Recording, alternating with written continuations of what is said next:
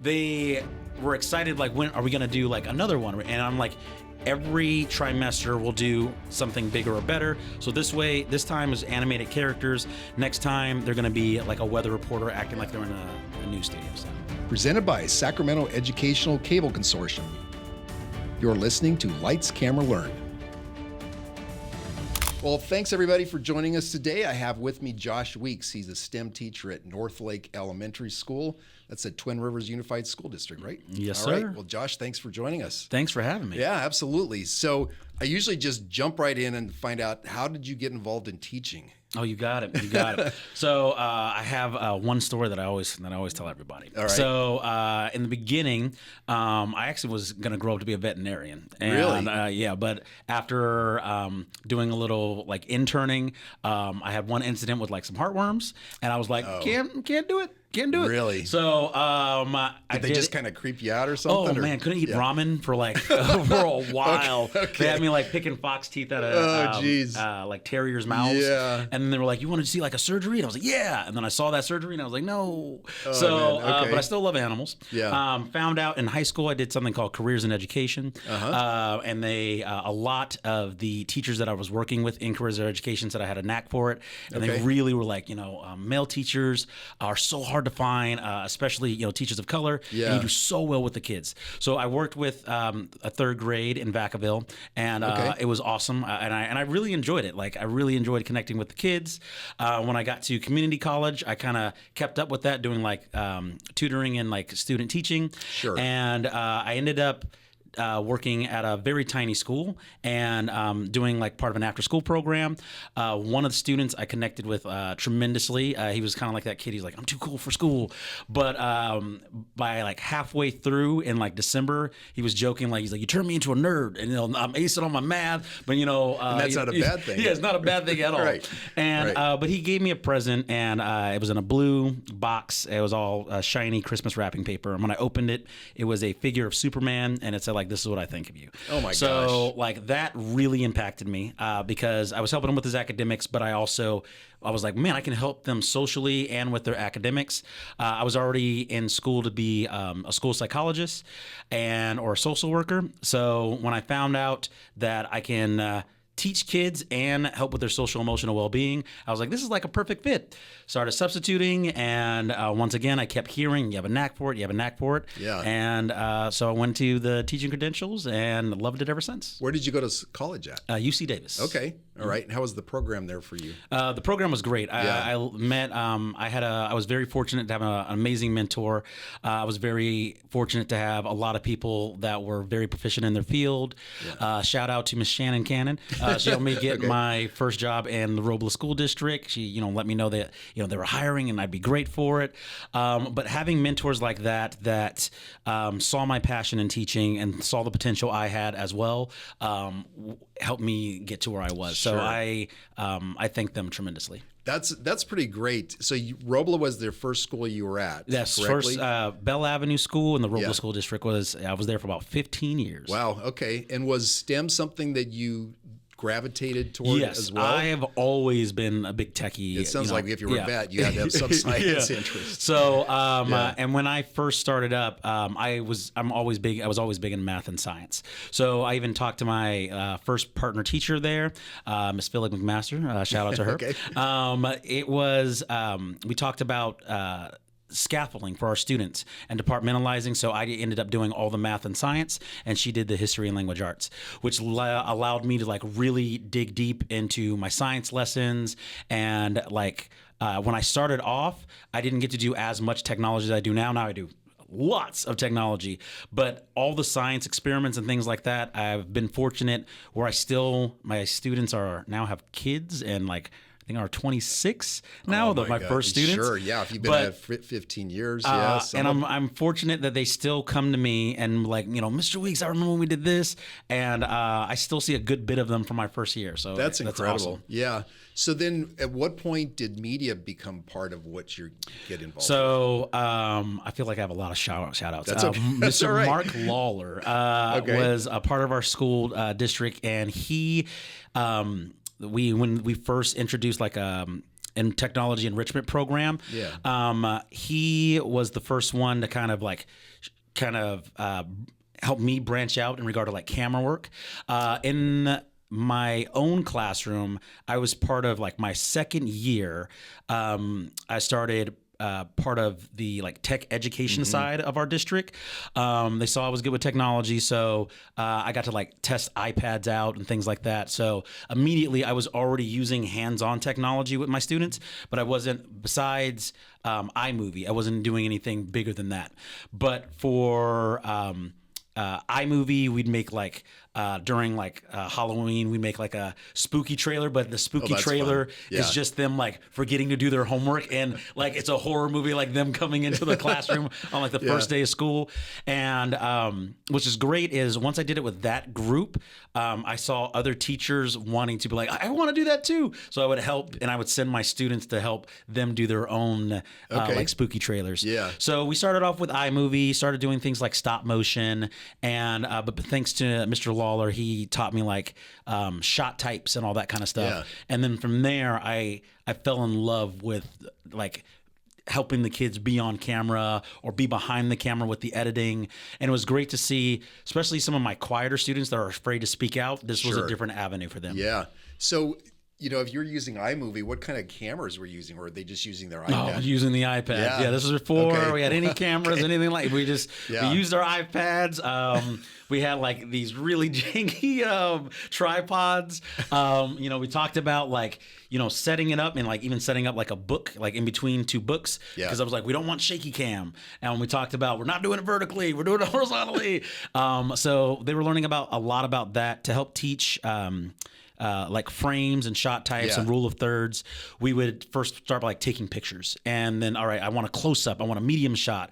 We talked about like medium shots are great for when you're doing dialogue, but I better see for like a a long shot for an action or an establishing shot for landscape. I don't want just immediately so it's someone's half of the body, they're like running. I'm like, what is happening? I want to see like if they're late for school, like you show the parking lot and then they're running through the door. Like it was great that helped with like storytelling and when I'm getting into narratives. So how have you been able to combine the media with the STEM? So I combine STEM in like everything we do. And I always let my students know the beauty of technology is I can mold it to anything we're learning. Anything we're learning in class, I can mold to do something that we're either making a film or digital art. And so what I've done is every one of my lessons, we always have a big project that connects to STEM. Okay, so describe what one of those projects might be. For example, just last month, my students are learning about, I teach 6th grade right now for STEM, and they're learning about coordinate grids. So what we did for robotics is they were struggling with north, south, east, and west. So we one of the standards is you had to go from one point in one quadrant and navigate to another. Sure. So I had a big map. I did the scaffolding for the coding, and then I taught them, we first made like a very easy video game where they coded a van, and they're going to like, I was acting like in LA, they have like Meet the Stars and you can like go to the houses. So I was like, this is very similar. So we coded that. Once they learned how to code that game, then they were coding the robotics. So the challenge was I had like riddles that was like, I want to go to an area where I can see aquatic life. And they're like, oh, the aquarium. So we have to get from here to the aquarium. But I put them on an island with a single bridge. So they always had to drive over this bridge. And I was like, you better not just be driving into the ocean. So they always had to navigate through that route to get to it. And it helped with their test tremendously. Oh, I can imagine. It's so many times my students get tripped up on like word problems, and then making it so it's more hands-on, and then kind of seeing it like in a real-world action helps them understand it a lot. Yeah, I could see that. So what would a typical day in a classroom with Josh Weeks look like then? So, given all these things that typical you have day, a lot of laughs. All right. I like to keep my class really lively. We always shout out, "Good morning, class!" Or, "Good morning, Mr. Weeks," and if they're like, "Good morning, Weeks," I'm like, "Excuse me," I'm like, "Good morning, Mr. Weeks." We do. I give them time to like we have weekly homework assignments. So in the morning, I do scaffolding and tutoring with my groups that are behind, while others can do independent work. Okay. We do language arts in the first bit of my day. So I'm a big advocate for typing. So we do a lot of storytelling, narrative. Right now, our first trimester is a lot of narrative essays. So I do a lot of we'll use like this one website that gives them like a prompt of a picture. Yeah. And then like from there, I'm like, act like it's a movie scene. And then I want good dialogue. I want like, if you're you're terrified, I don't want to hear like, oh, he was scared, he ran. I want to hear like sweat drip down, right. Like his temple. He screamed at the top of his lungs. Yeah. And we talk about like onomatopoeia. And I was like, I want to hear the sounds like a crash. Yeah. And it's funny because they'll see how their writing has grown through. I bet. And so we're really heavy on descriptive writing because I say, when I read your stories, I want to be able to paint a picture in my head. Yeah. And when we do our videos and things like that, the same thing. Just like a good movie or video, you shouldn't have to ask like, what was that about, or what was going on. You should know. And so the first morning we do narrative writing, language arts. For math, math can be challenging for some, and math can be boring for some. And I love math, so I like to show the fun side of it. So all of my math is connected through technology. We always do a STEM activity or an online game that's connected. I'm fortunate to have a background doing some like light coding. So I'll make my students video games if they're struggling in it. I had one student who hated math, but he really liked an anime called Dragon Ball Z. So I made him all my math tests I turned into battles from that anime. That's great. Yeah. And then he became a math whiz. And then he was always playing it. But it's something like I teach my students to make their own math games and things like that. So we'll always do math games. We make it so they won't see it as learning, but they are learning. Okay. Sometimes I'll have teachers like, are you doing your flashcards, or when are you doing this? Or, like, what about their multiplication facts? I'm like, they're doing it just in a game. I'll have a kid play this game for like 15, 20 minutes, no problem. But I'm doing flashcards. After like 2 minutes, they're going to check out. Absolutely. So then we departmentalize our afternoon with, I have my partner teacher teaching history, and I'll do science. Yeah. And then that allows me to use my skill set in regards to like 3D printing. Making videos. So already we've done 3D printing, we've made videos, we've made games, and that allows, and science takes a long time to set up. So it allows me to do that for both groups, virtual field trips, and it allows me to get the best of both worlds. Okay. So I wish I was in your class right now, because that sounds pretty fun. So is it any different where you're at now at Northlake than when you were at Robla? Because the Robla in that district, because that's a very small school district. Yeah. So differences, I would say, in regards to resources, I have a lot more resources right now. That's like, I fought tooth and nail to get like a 3D printer for like years, and like, here at my I'm fortunate they had like 8, and I was like, oh my god, they like we actually like I spent like 3 years building my steam room, and they already had like the steam room set up. You mentioned earlier that before we start here, this is a brand new school that you're at, correct? Brand new school, so has all the bells and whistles, and it's very, very high performing. So I still have my students that struggle, but I'm used to doing tutoring for like 8 to 12 kids at every recess. And that's something I do because I want them to catch up. At the beginning of the year, I have so many kids far below basic, and I'm fortunate by the end of the year, that red that I see dwindles all the way down. That's great. I'm very fortunate right now that even though at the start I had like 50% that were struggling, right now our most recent tests, I don't have lower than 80% on like pretty much every single one of my tests for averages. Yeah. So, but I still do the same thing I just have less students to do it with. Yeah. But pretty much I've just taken the skills that I've had and I learned at Roble and Bell, transferred over, and the kids are very fortunate that, they love that. They're like, oh my God. Yeah. I feel bad because sometimes they'll be like, oh, it's not fair. You guys got that class. And I'm like, no, you guys will get the same thing. And I'm just like, everyone has a different skill set. I'm like, for example, I have terrible handwriting. And I was just like, and my stuff on my wall is very bare because I am so used to just doing everything like online and tech, and we print everything out. But I say everyone has different skill sets, and I'm like, you guys will get, to have these experiences, because I already have like a line of kids going like, I can't wait to be in your class for this, because they'll be like, you guys have VR, and I'll do it in 6th grade. Like I said, I wish I was in your class. I appreciate it. I have a really good. It's great to. I was worried that I was very close to my past community. And it was hard to leave. But with this community, I'm very fortunate that the parents have accepted me, are already very appreciative. That's great. I was going to ask you how that transition is gone. The parents have been awesome. They see how hard I work with their kids. They've already seen like tremendous growth.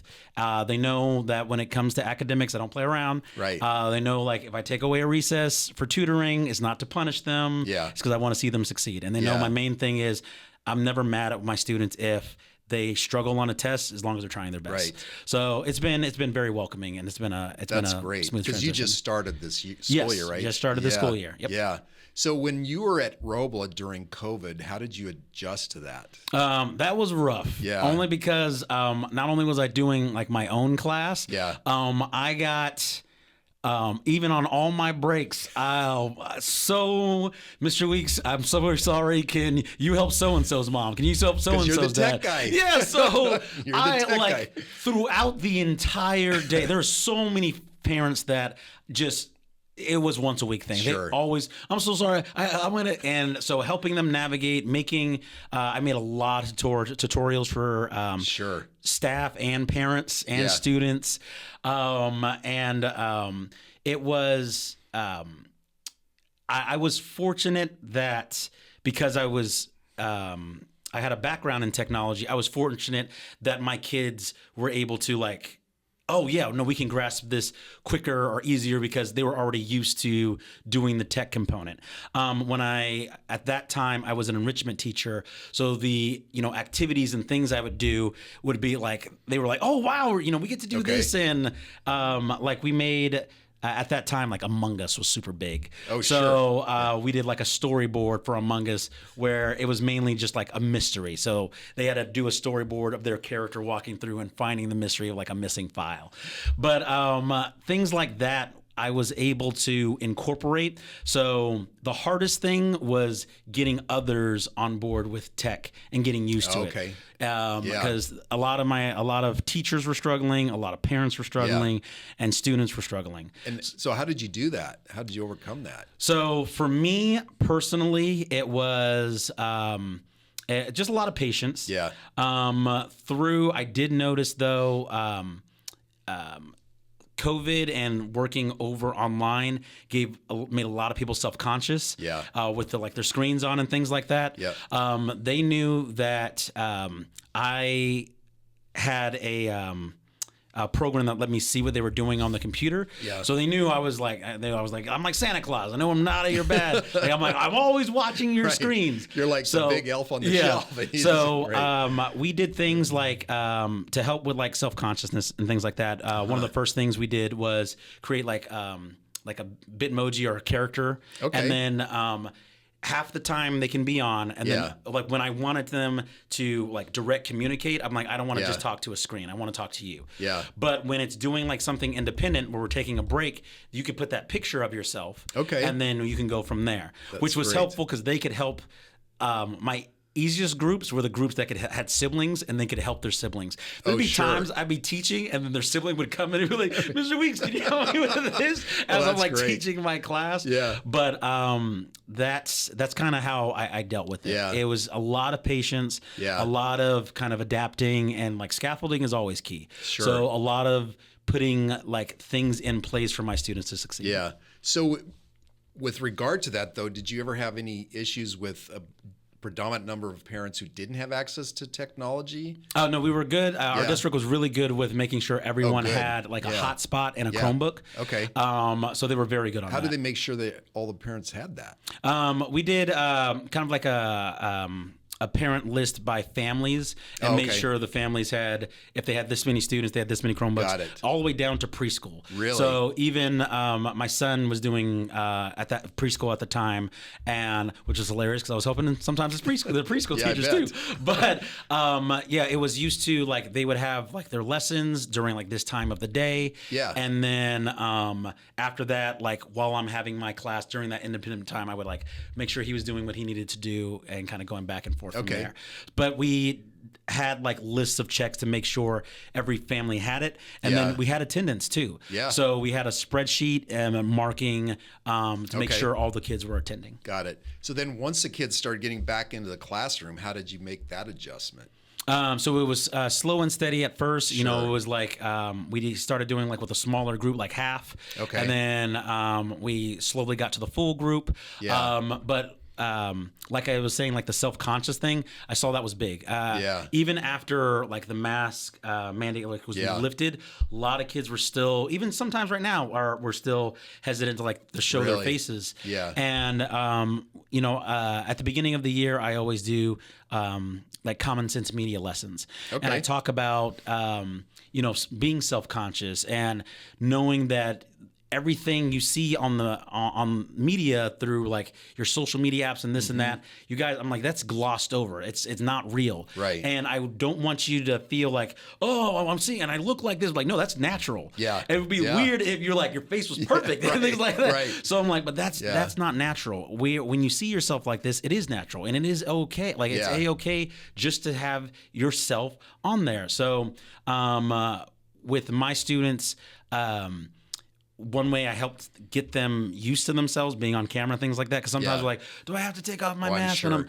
And public speaking, I'd say, you know, listening and speaking standards is one of our standards that we have to teach. Yeah. So when we do like something on like the digestive system, or we do like a weather report, we're learning about meteorology, I give them an option. They can present in front of the class, or they can record. We can record ourselves. Okay. And then you guys can do a whole presentation, and we'll have the green screen and everything like that.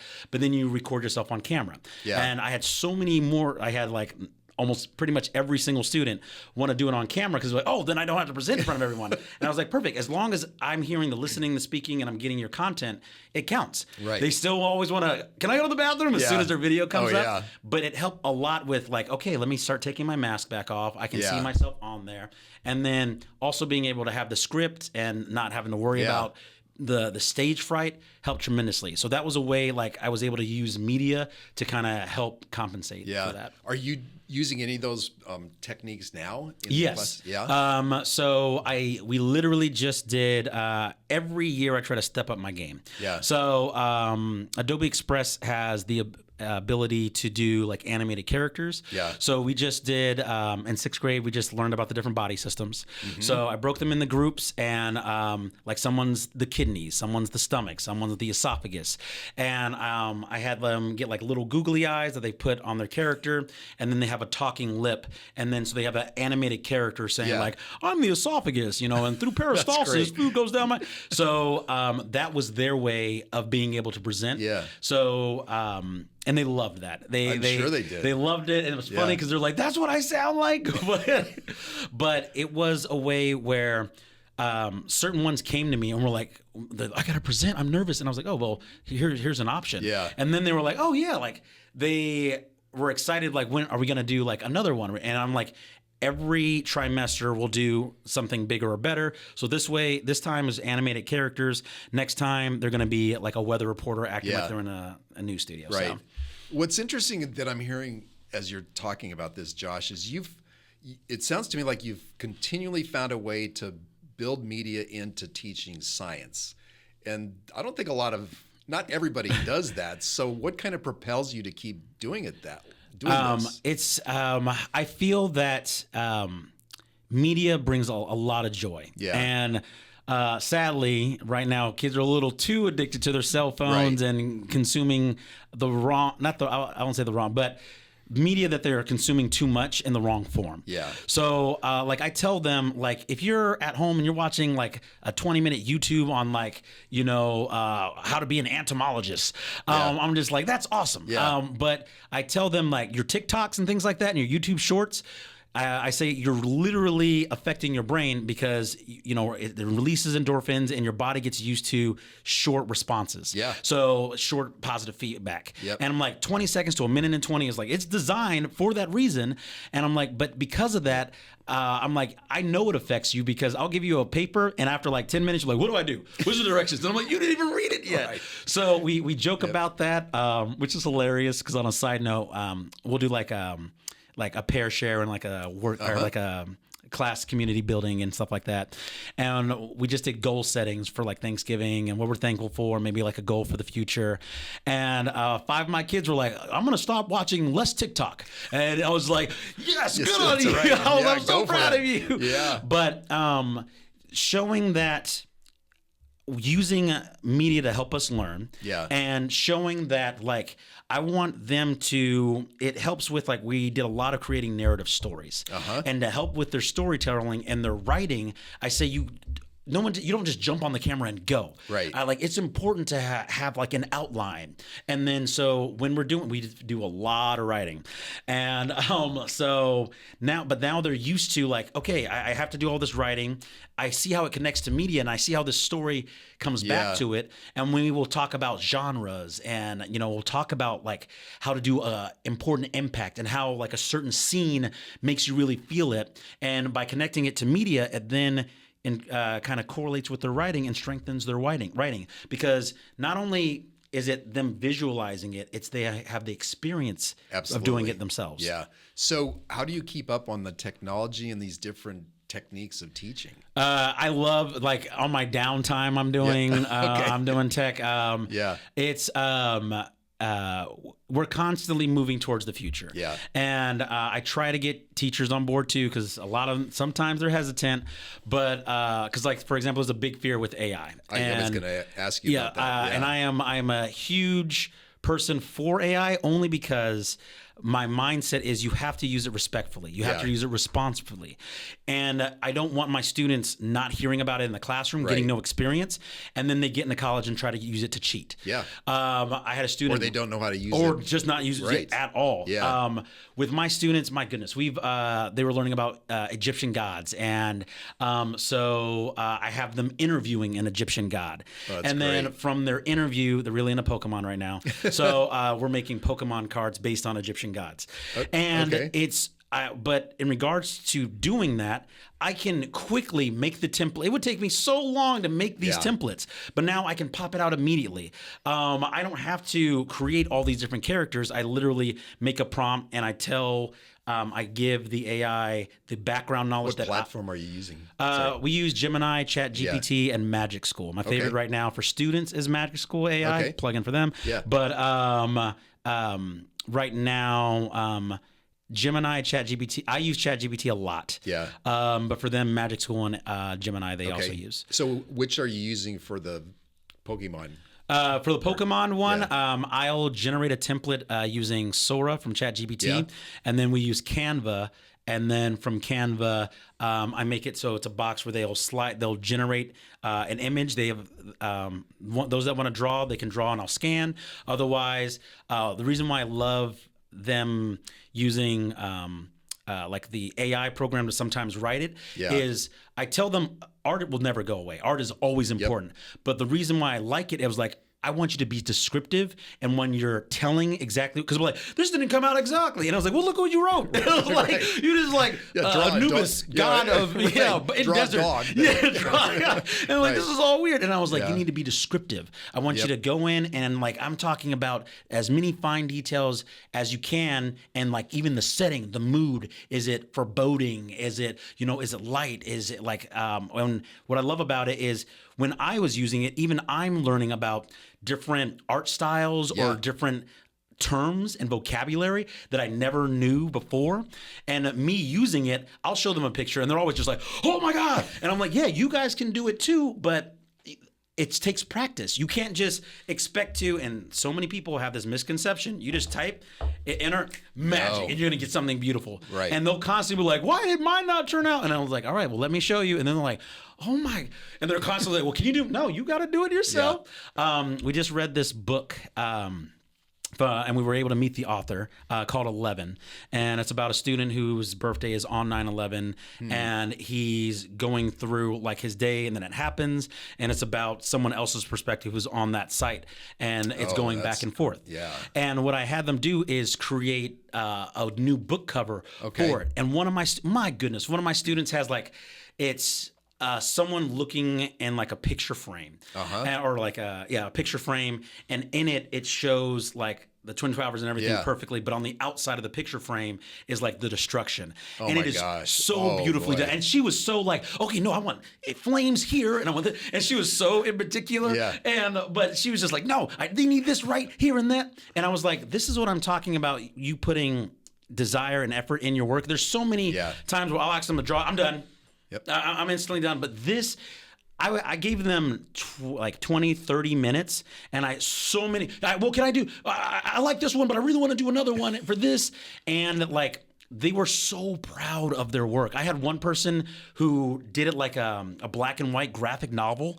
And it's just like, I was blown away. I was blown away. And there's so many times they'll draw it and they just like, the kids that have that talent are always proud of it. Sure. The kids that don't, I'm terrible at drawing. Yeah. But when I do the AI art for them and they're like, that's amazing, Mr. Weeks, I'm just like, thank you. I put in these descriptions and, I'm happy with the product it came out.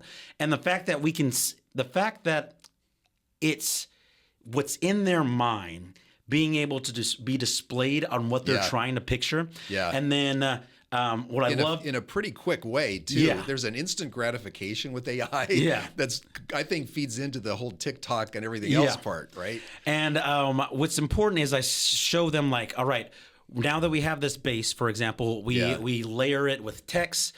I say, do the frame for what you want for the book.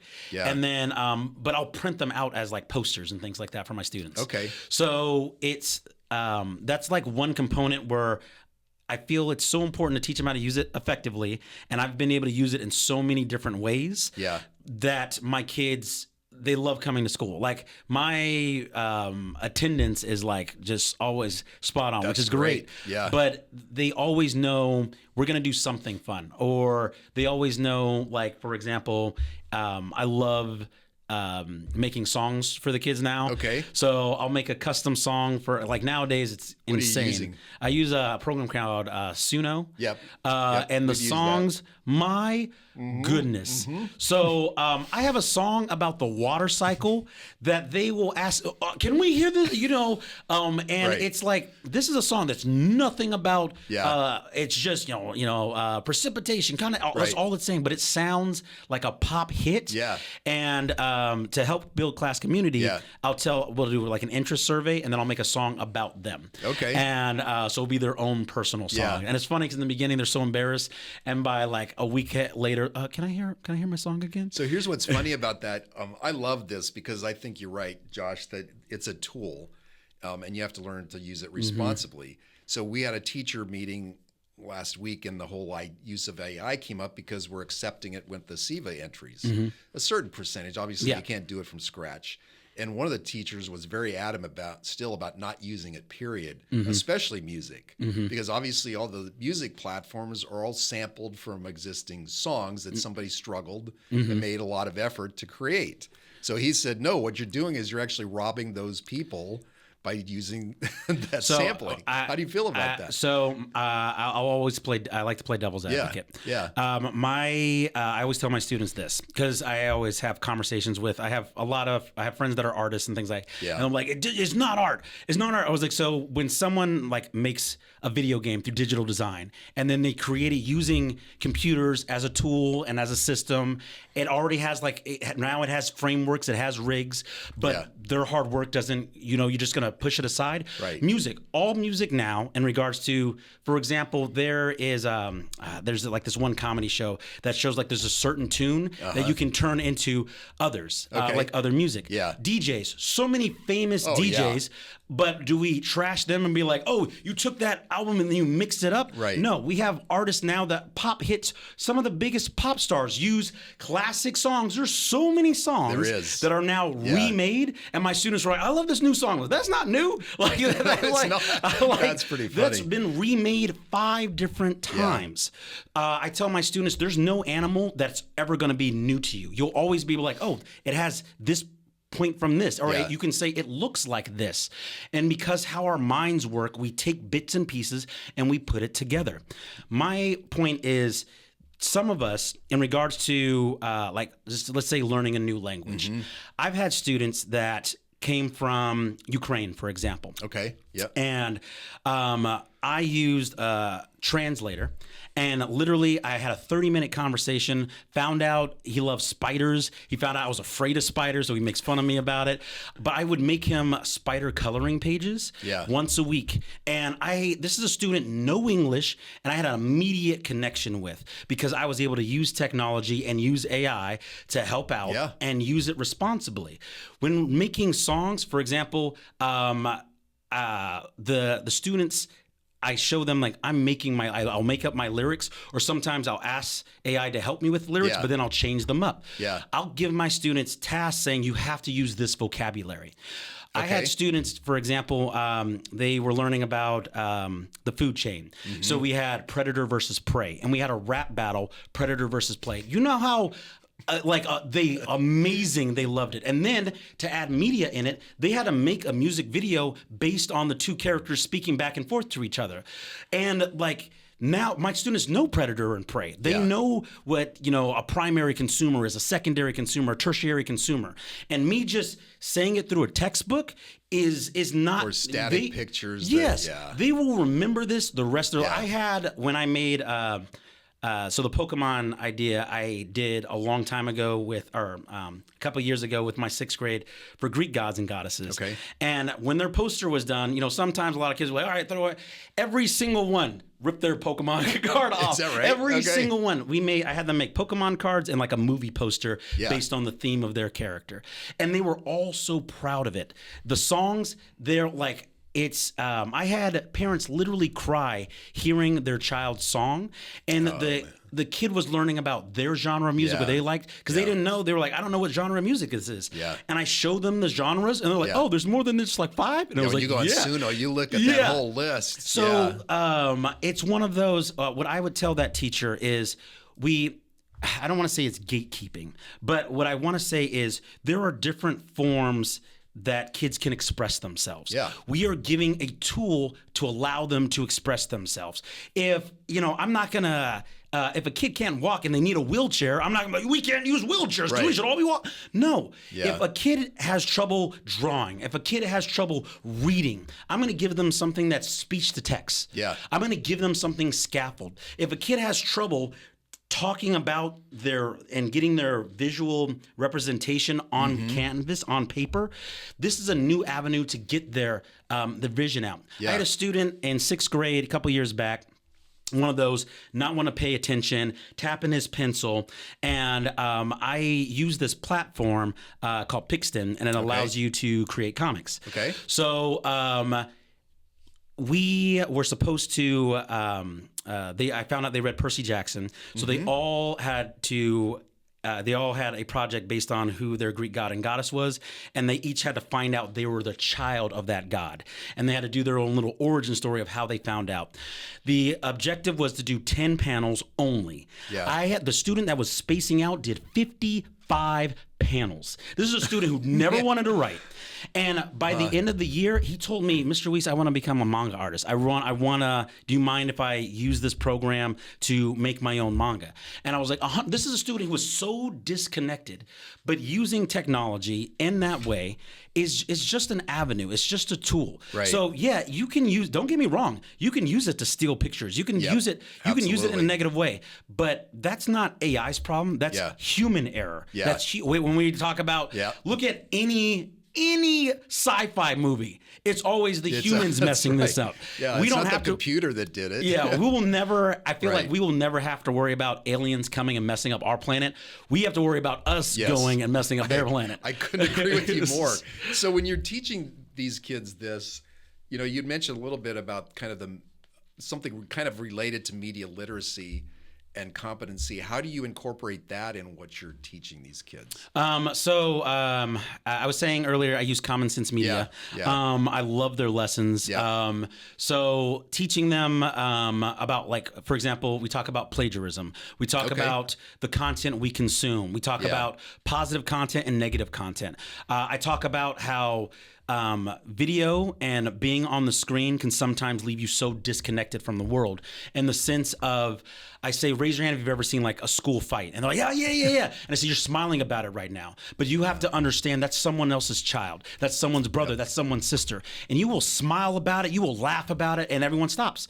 And they go like, and I always tell them a serious story where I had a student that was, you know, sadly part of a situation like that.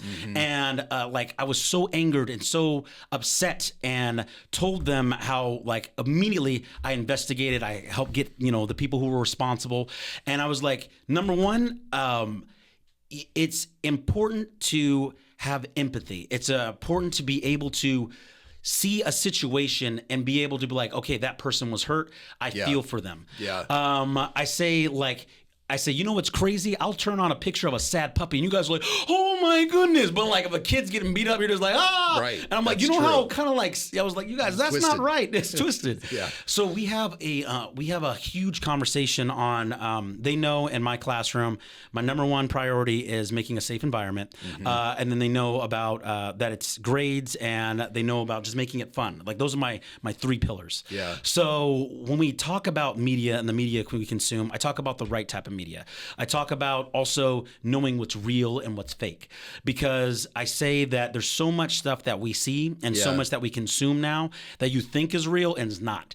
I tell them how I used to use fake articles to trick students, and about like the tree octopus. And I'm like, did you know this? And I'm like, it's a fake article, but they would just consume it and believe it. So reputable resources, knowing that you can't believe things that you just read on like Reddit or Wikipedia.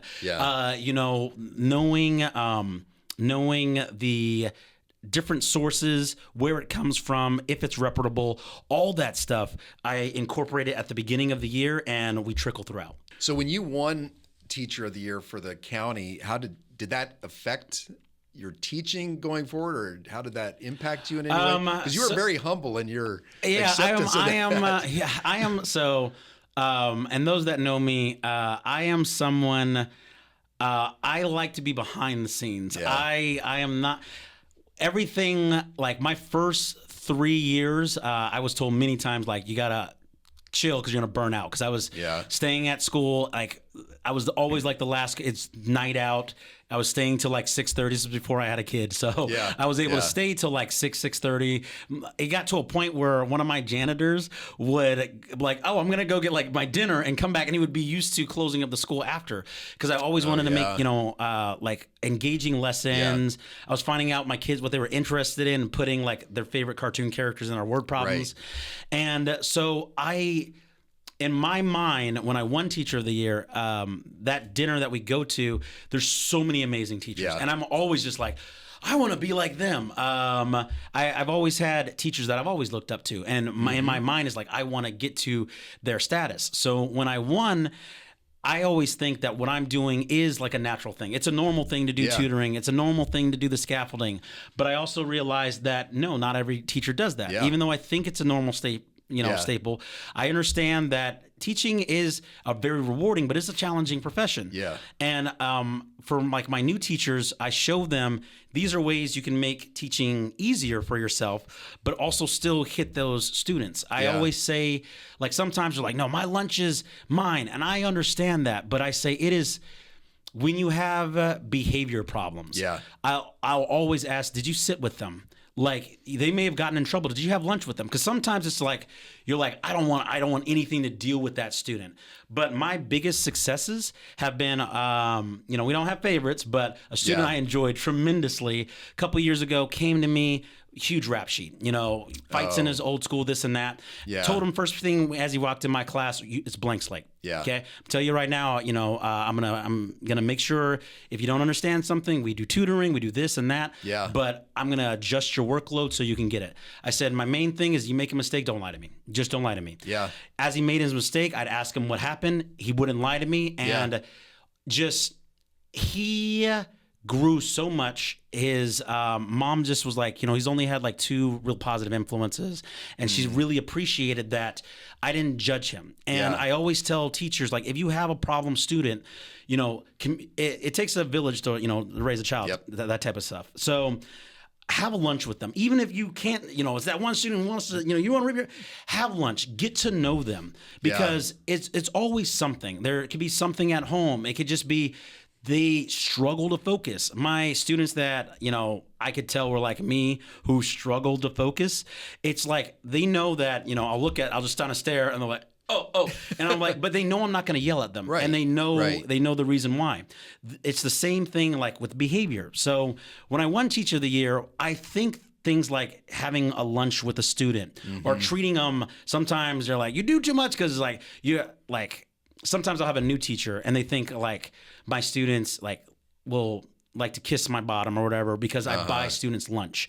And but then they realize like, I'll walk in, I'm like, oh, do you have lunch? Do you, do you like, oh, well, he just bought me lunch. Yeah, and you're not currying favor from them. Yes. You're helping them. And the reason why I also do that is I was my first district, was at like a Title I school. So, and with Title I, sometimes they're just they can be economically at a disadvantage at some points, and sometimes like their meal will be from school that day, or I'm used to having sometimes students that would be considered homeless or things like that. So like I'll have students that say, I've never had McDonald's, and like if they're going from like getting a 10% on their tests, and they get like a 50%. I will act like they aced it. I will, you jumped 40%. You jumped 40%. And then I will treat them out to lunch. And sometimes people will see that and like, well, you're just, bribing your kids. But I say, like, when you have that mindset, that's when I start to realize the difference.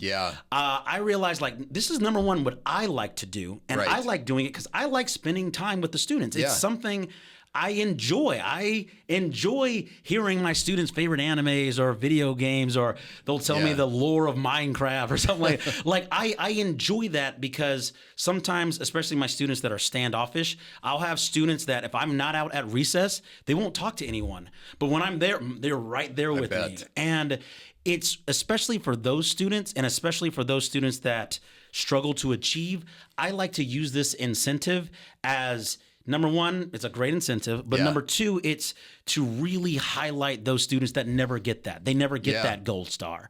So, and that's how I've always used it. I like buying lunch for folks. It's just like, that's my mom. I got it from my mom. She is a huge giver. She's just a huge giver. And that's how I am too. So when like the Teacher of the Year thing, I am so honored, but I constantly feel that you always can grow.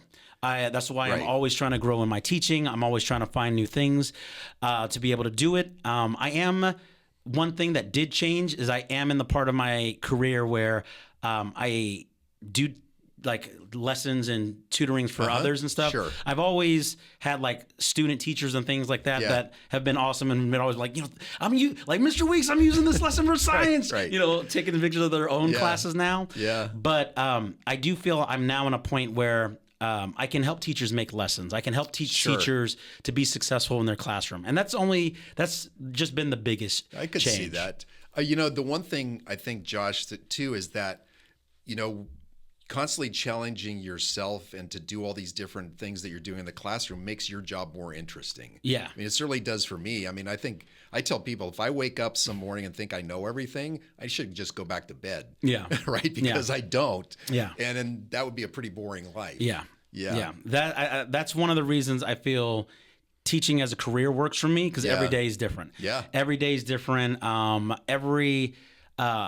like I learned early on, you can't just use your same lessons and just be good.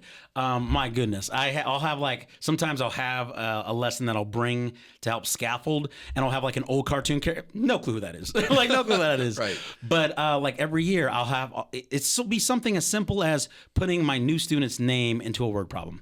Okay. And then they're like, oh, that's me. Or one of my students, we joke because she's addicted to TikTok and Dutch Bros. So I had I had a story about a student who was having like stomach problems because they're eating nothing but like Takis and going and like drinking nothing but like Monster Energy drinks every morning. Oh, yeah. And they had to diagnose, what body system it was. And she was like, I feel like this is targeting me. But it's like little things like that. Yeah. That it's something that I changed that up, but it's little things like that I change, that I have to do that because I have a new community. Yeah. My things that work for my old class won't always work for my new class. My rules still work and things like that, but they know, like I don't like normally like a super quiet classroom. Mm-hmm. I like the chatter as long as it's productive chatter. Sure. I like, for example, for me, I like to listen to music. I tell them, when we're doing our work, instrumental music's okay, but I like to listen to like a lo-fi or something like that in the background when I'm working. It helps me. Yeah. So like they know like this is my new style, and they're like, oh yeah, like we didn't get to do this in maybe this class, or we didn't get to do that and that. Yeah. And I said every teacher's different, and every year is different, so you will experience different things. Like with me, I said like, you will experience that you will lose a recess if I find out that you are failing. Yeah. And like every year someone will be like, but now every single one of those students that are like, they're used to the change. And they know, what's great is, one positive is I had like a huge highlight. I have a student beginning of the year. I could tell he was going to be like one of those like I'm not going to want to do this or that. And he told me, like Mr. Weeks, thank you for caring about my learning. And this is me after I took away his recess. He was like, thanks for caring about my learning. He's like, I know you care. Yeah. And I was like, well, like, look at how well you're doing, buddy. Right. And I was like, this is that potential you have when you're saying like, I'm stupid and I can't do this. I was like, look at you going from 30% to 80% on your tests. That's incredible. And it's a change for them. Yeah. It's a change for them, but it's like, I'm like, you guys, change can be positive. Change can be positive. I have to adapt what I'm doing. Like I can't, I got to adapt my lessons, but I have to adapt that you're all addicted to TikTok in this group. It's like, but change isn't always bad, and change can be good. Yeah. So like I change my lessons, sometimes you have to change the way you learn. Sometimes I'll see them do like a way of doing multiplication, and I'm like, look, you've been doing this way for 3 years and it's not working, so let's try something new. So I'll show them a new way to multiply. I'm like, but I'm like, just try it. Yeah. And then they're like, oh, and I'm like, and that's one of the reasons I love math so much. Right. There's so many ways to solve a problem. Yeah. So many. Absolutely. So it's just changing your mindset. It's just how I change my mindset for teaching, change their mindset in the learning, and I just use it as an example. Is that, I'm going to go with the final question here. Is that the advice you'd give to a teacher who's trying to make a go of this? Yes. But also like, don't be afraid of change, especially as you get, up there, as you're getting years and years of experience. Like change isn't always a bad thing. So even if you have I have this routines and this do that, you have to understand that if our whole dynamic of Common Core changed our whole curriculum, you have to be willing to change for your student. You can't expect if I could, I would do everything digitally, but I don't. Right. I understand that I have kinesthetic learners. I have, students that are auditory, visual. And I understand that sometimes my students need to write out their stories. They can't just type it. I tell them how important typing is, and I want them to be able to do that because they won't be able to write their story for the cast.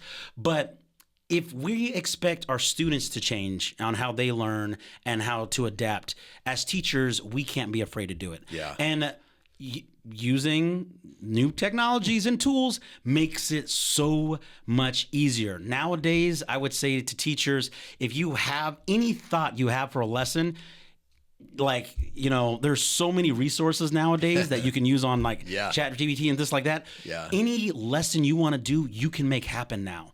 And like, there is teaching now, I feel, with the ability we have with tech, is there's no reason you can't say I can't reach the student in a way. Yeah. There's now no excuse for it, because we have that technology to let you succeed.